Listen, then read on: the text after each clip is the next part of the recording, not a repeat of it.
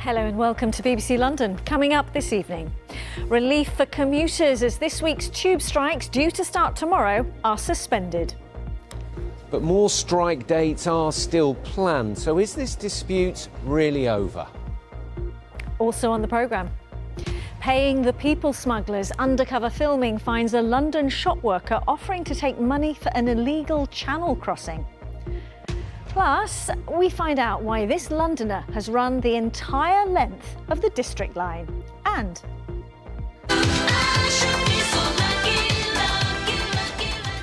we're lucky enough to chat to the pop princess and long-time Londoner about her life and career ahead of a new docu-series.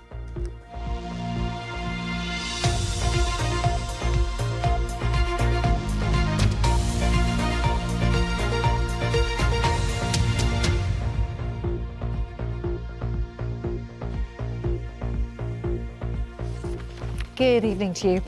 We start tonight with news that this week's tube strikes, which were due to start tomorrow, have been suspended. The dispute between the RMT union and TfL is about the introduction of a voluntary 4-day week. Our transport correspondent Tom Edwards is in central London for us right now with more details. Hi, Tom. Yeah, the sticking point for this has always been whether that 4-day week, the proposal for the 4-day week, was voluntary. Well, at 2 o'clock today, the RMT union put out a press release saying they were calling off the strike. They were basically accepting the fact that it was voluntary. And this is what they said. They said at the 11th hour, the employer has shifted its position, allowing us to further explore our members' concerns around the imposition of new rosters, fatigue and safety issues. Now, London Underground, they welcome that news. They quickly put out their own statement saying our proposal for a voluntary 4-day week is designed to improve both work-life balance for drivers and the reliability of service for customers. Now, interestingly, London Underground says the offer hasn't changed. However, certainly the union's perception of it has, and that's why the RMT union have called off the strike, which is good news for commuters tomorrow. So, Tom, does that mean an end to the dispute? Where are we on this now? Well, feasibly, we could get more strikes because 2 other strike dates were announced today by the RMT union, June the 2nd and June the 4th. RMT say the dispute is not over and more strike action will follow if we fail to make sufficient progress. But I think in reality this dispute is almost certainly over. And just to reiterate, those strikes that we were expecting tomorrow and later in the week, they're off. OK, with the very latest there, Tom, thank you. That's our transport correspondent, Tom Edwards.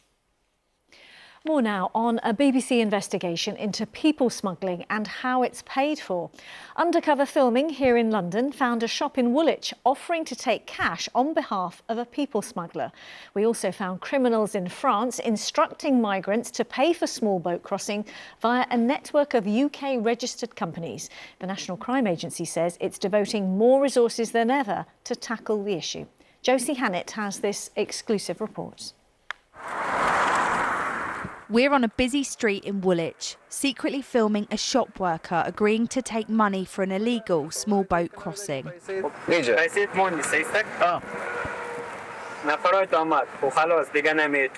We're undercover to expose the criminal networks using UK businesses for the illegal trade. Our investigation begins in Dunkirk, home to the largest migrant camp in northern France, a staging post for migrants waiting to cross the channel on small boats. With more than 40,000 people crossing last year, we're sending in an undercover researcher to see if a crackdown on people smugglers is working. He's posing as a migrant seeking to get to the UK illegally. Within minutes, we've met a people smuggler called Zia. He quickly sets out his pitch. You can put the money in UK or Afghanistan as you wish. I'm confident in myself.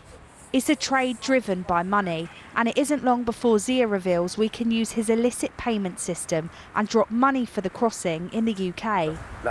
In London, they don't give you a receipt. They call me to say I have got the money. When you cross, they transfer to me.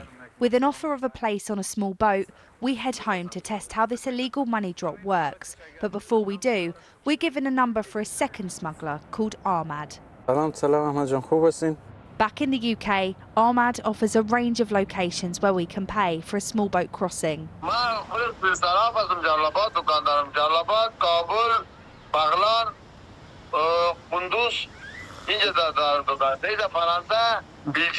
We're also told we can pay in the UK, and most surprisingly, smuggler Ahmad provides the details of 2 UK-registered companies whose bank accounts could, we're told, receive payments for illegal crossings. Then another option. We're told to pay in cash at a mobile phone repair shop in Woolwich. A shop we've also discovered was recently fined £26,000 for selling illegal vapes. Our undercover researcher poses as a UK relative wanting to pay Ahmad for a small boat crossing. We have no intention of handing over any cash.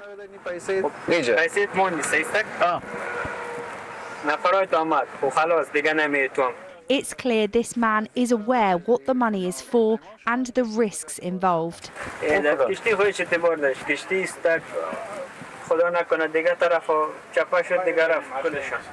We showed our investigation to an expert in money transfers. The mobile phone shop in your film is essentially providing a service to criminal enterprises. Does that shock you that we were given bank details of UK-based companies that we'd find on Companies House?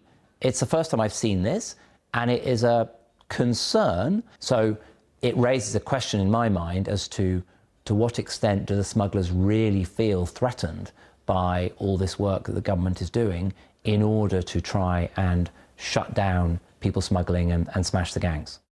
The National Crime Agency says it's devoting more resources than ever to tackle people smuggling, with around 100 active investigations into the top tier of gangs, adding that it's making the UK a more difficult place for the criminal networks.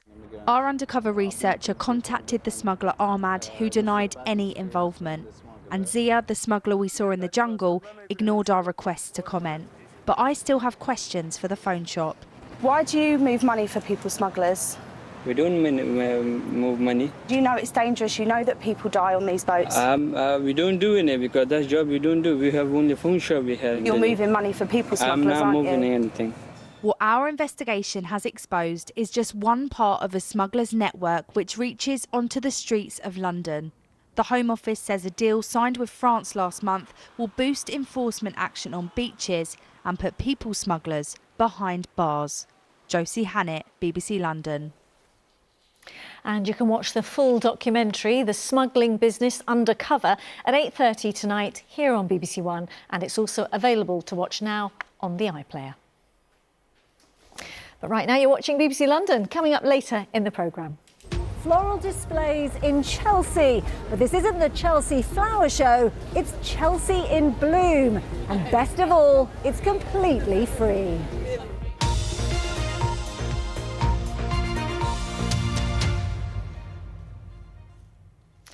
It's now 20 years since 15-year-old Kylie Prince was stabbed to death outside his school. His father, who for years has been campaigning against knife crime, told BBC London today there are still too many children dying from violence in the capital and not enough is being done to support them. Dr. Mark Prince said youth workers were overlooked and underfunded, as our Home Affairs correspondent Sonia Jessup reports. Kylie Prince was fatally stabbed as he tried to break up a mock fight outside his Edgware school. At just 15 years old, he was a promising footballer, playing for Queen's Park Rangers youth team. 2 decades on, his father recalls praying for his son after being told of the attack. The prayer was, save my youth, don't let my boy die, God.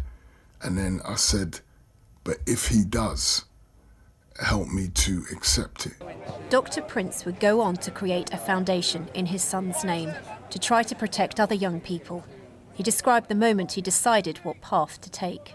I knew when I saw so many young people in an assembly crying, and the boys were struggling to hold their tears, and the girls were openly breaking down. And I knew that God had used me to do something. They don't know me, I don't know them, but I'm treating them like they're my children. I'm talking to them like they're my children. We have to look out for each other. And I think we've got this mentality where we've lost that. Although the number of teenagers losing their lives to violence in London has fallen to its lowest level in more than a decade, Dr. Prince says too many families are still suffering. The government has announced an expansion of youth services. The mayor recently promised to fund at least one late-night youth club in every borough. Dr. Prince has launched a campaign for more. It's so full down at Tottenham Community Sports Centre, we can't fit the kids in the room. So then what we're going to start doing, refusing kids and families. We want to place in Kyan's name so we create more future champions. That's what our kids are. But what's happening is we're thinking we could police our way out of this. He believes youth workers are undervalued, playing a vital role in intervention for teenagers in trouble at school. How are you thinking? How come you're creating these results in your life? We're trying to find out so we can support the child and the child opens up. Isolation, detention, all of it wasting your time. You're better off building an opportunity to build a relationship with that child who'll open up with you and help you. Too much money is spent on punishment instead of help. 20 years after Kyan's future was taken from him, his father wants society to see young people's potential, not just regard them as a problem. And Sonia's with me now. Yes, as we heard there, this is about his son's legacy, but also about the future and safety of young people in our city. Yeah, I think it's a reminder from someone who has suffered the most unimaginable loss as a parent and also as someone who works with young people about the challenges that remain 2 decades on, and that two things can also be true at the same time. So recorded knife crime offences recorded by the Met Police fell by 17% last year compared to the year before. And also, as I mentioned, thankfully fewer teenagers lost their lives to homicide last year. But these figures were put to Dr. Prince earlier today, and he said, well, tell that to the families who are grieving. This year so far, sadly, 4 teenagers have been killed, and the youngest was just 14 years old. And this is why Dr. Prince says he feels compelled to, on the anniversary of his son's murder, to be launching this campaign. And Sonia, today the government has been talking today about plans potentially for tougher action on parents if their children commit crimes. Yeah, the government said that parents who don't address their child's offending might be compelled to attend counselling or guidance sessions, or in some cases even face bigger fines.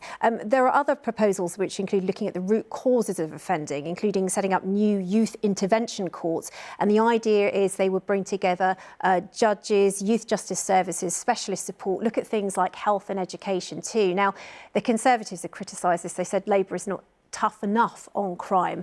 But of course, 2 decades on from Kyan's murder, this debate continues, doesn't it? What is the best way to protect young people and save lives? Yeah, indeed. Sonia, for now, thank you very much. That's our Home Affairs correspondent, Sonia Jessup. OK, let's take a look at some of the day's other stories now.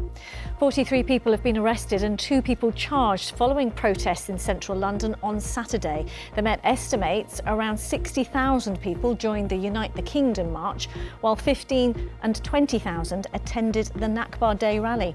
A 28-year-old man was today arrested in Plymouth on suspicion of stirring up racial hatred after he held up an offensive sign in front of pro-Palestinian protesters. A 64-year-old bus driver is in a critical condition after being attacked on Battersea Bridge. Emergency services were called to the scene just after 12:30 early this morning. A 32-year-old man has been arrested on suspicion of grievous bodily harm, and detectives are appealing for witnesses to come forward.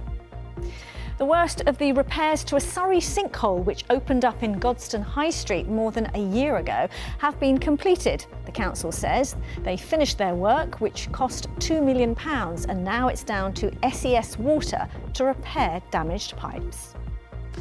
London taxpayers may have to pay an extra £2.5 million if West Ham are relegated from the Premier League this season. Under the 99-year lease agreement, the Hammers would pay the Greater London Authority about half their current annual rent of £4.4 million if they are relegated.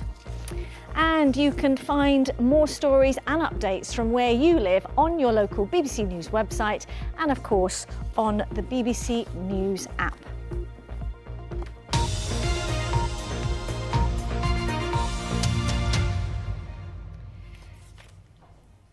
Now, running a marathon can be a challenge for most of us. So imagine running almost 3 of them in one single day, because that's what radio presenter and runner Vassos Alexander has just done by running the entire length of the District Line. And to prove it, he took a selfie at each station. That's all 60 of them. And I'm pleased to say Vassos joins us fresh from completing it yesterday. How are you feeling? I'm feeling pretty good, actually. I did it with my friend Anna, whose idea it was, at my running club, Barnes Runners. She realised that no one had run the length of the District Line, probably because it's a bit of a nightmare. When you go a bit further west, at Earl's Court, it splits onto various different branches. It does, 3 branches, I think. 4. 4, yes. And so, you know, you run to Earl's Court and then you run to Edgware Road and back to Earl's Court and then to Olympia and back and Wimbledon and back and then to Turnham Green, and then it splits twice again and we ended up at Richmond. But it was a really cool experience. So here's the question I'm dying to ask. Why? Well, because it's there, because it hadn't been done before. I know Anna was really keen to publish what's known as an FKT, a fastest known time, and no one had done the District Line, probably because it's a bit of a nightmare. You get to Earl's Court, that's about a marathon, and then you have another marathon and a half to go. You look quite happy in those selfies, though. Yeah, they were quite early on. or it's that gritted teeth. Well, you get to stop every couple of kilometres, and you take a selfie and then you publish your GPS data and all of that stuff.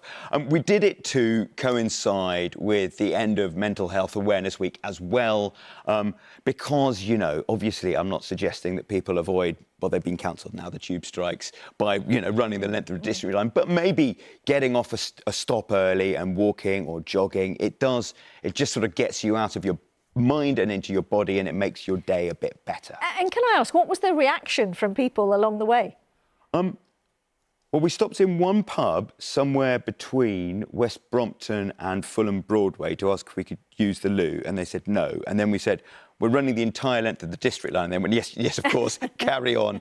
And then I stopped in one pizzeria near Kew Garden, so right near the end, again, to ask to use the loo. There was full of Brentford fans, fresh from the football game.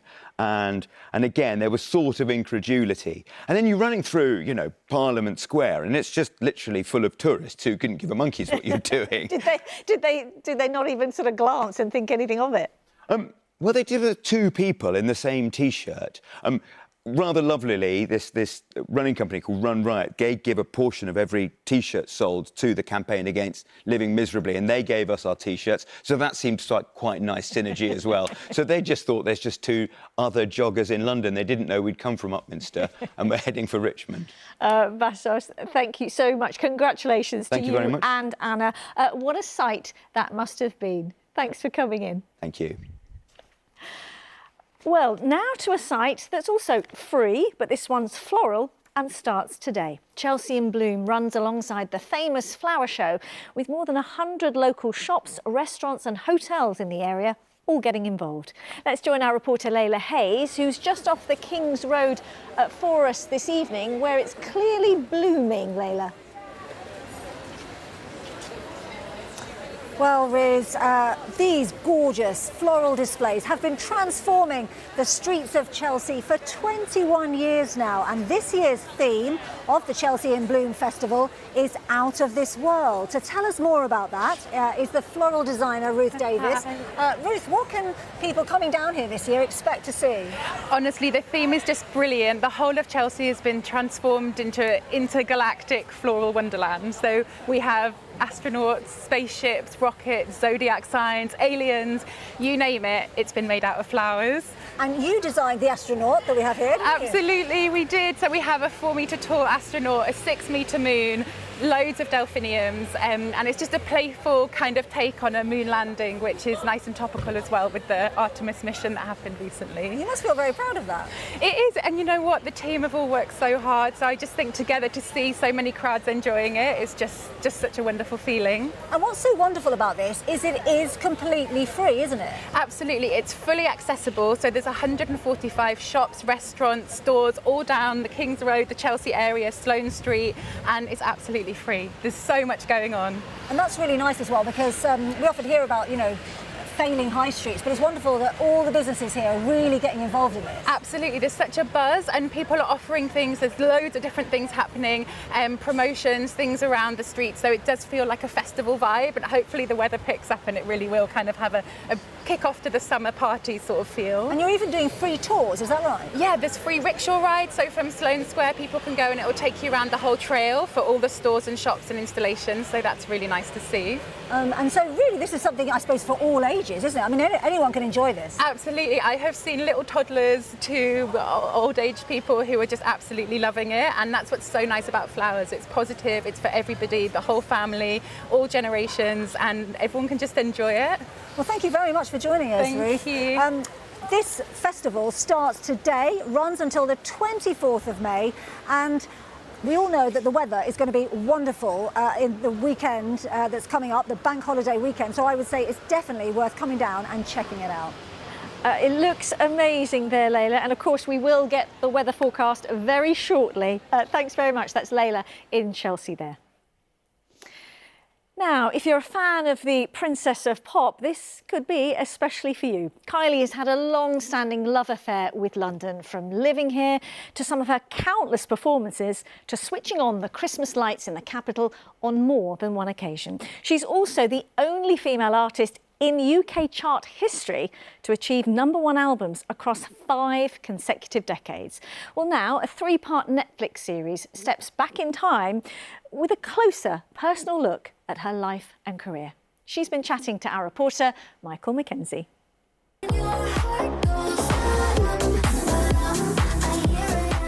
Pop star Kylie Minogue is set to release a brand new documentary this week, charting the incredible highs and lows of her long career.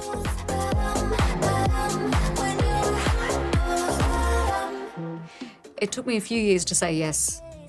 I guess after kind of Padam and tension and a world tour and kind of going through this next phase of my career, I think I felt, well, now's a decent time. And the Grammy goes to... When I put myself back in some of those situations, of course it gets emotional. Or hilarious, or, you know, triumphant. There's kind of so much swirling within the 3 episodes. When you started out, did you mean to be an actress or a singer? I became frustrated. The singing budgie. Singing budgie. At 19, Kylie faced a barrage of media criticism for trying to go from soap star to pop star. When I see some of that footage back, I'm still as kind of confounded as I was even as a 19-year-old. I'm thinking, you're a grown adult. What do you... I get it. You've got an editor on your back. You want something you want. I understand all of that, but... And sometimes, like, it felt like just humiliation and having to sit within that frame and handle it. The superstar had called London her home for 30 years. And then talk to us, Kylie, about the cancer diagnosis, because that's in the documentary. How were you emotionally at that time when you got the diagnosis? Where do I even start? Shock. You're trying to understand something you've never thought about before. It's a crash course. I think anyone who's been through this, some kind of challenge like that would appreciate that you just can't simplify what it was, because it's very deep and extended, and, you know, it's still with me today. Music is always kind of just there. It's like a best friend, you know, an outlet for me, a saviour. I would love to do more acting. I think seeing the documentary and being reminded of where I started, all of us kids on Neighbours, fans won't have to wait too much longer if the documentary is out on Wednesday. Michael Mackenzie, BBC London. There's certainly no end.